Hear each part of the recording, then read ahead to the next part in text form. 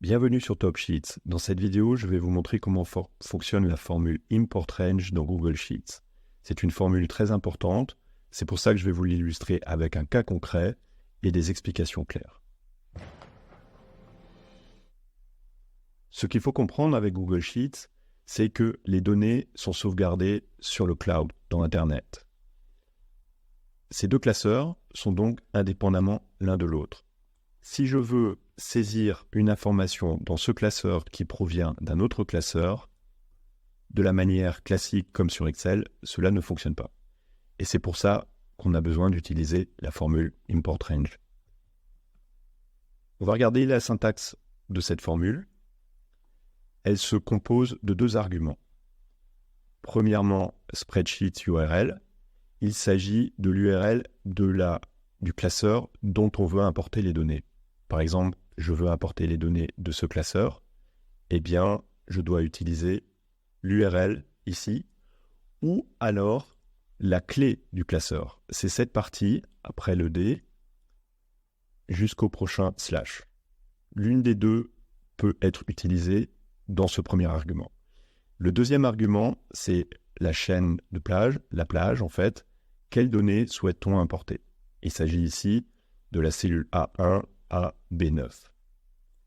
Voyons comment cela fonctionne. Nous allons prendre l'exemple concret et importer les données ici à partir de la clé du classeur, toujours mettre entre guillemets, ne pas oublier, et ensuite la plage. La plage de données, c'est de A1 à B9. Par contre, il faut bien être conscient qu'il peut y avoir plusieurs feuilles et on importe ici les données de la feuille population. Donc à nouveau les guillemets qu'il ne faut pas oublier. Population, point d'exclamation, A1 à B9. Et entrée. Vous voyez, ça charge et on a un message d'erreur. C'est normal parce que les données proviennent d'une autre feuille qui est sauvegardée sur Internet. Tout le monde n'a pas le droit d'accéder à ce fichier et c'est pour ça qu'il faut avoir une autorisation.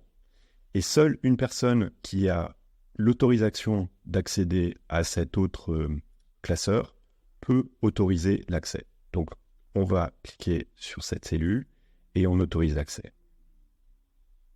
Voilà, les données sont importées. Par contre, le format n'est pas repris. Ce sont seulement les données qui sont reportées ici.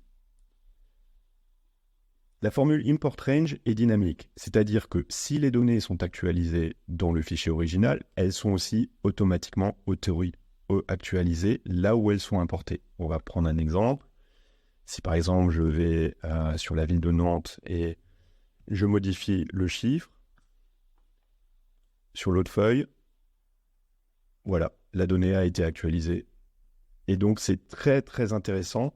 On peut importer des données depuis d'autres feuilles qui sont elles-mêmes actualisées. Donc, Import Range est vraiment très, très utile pour synthétiser les données.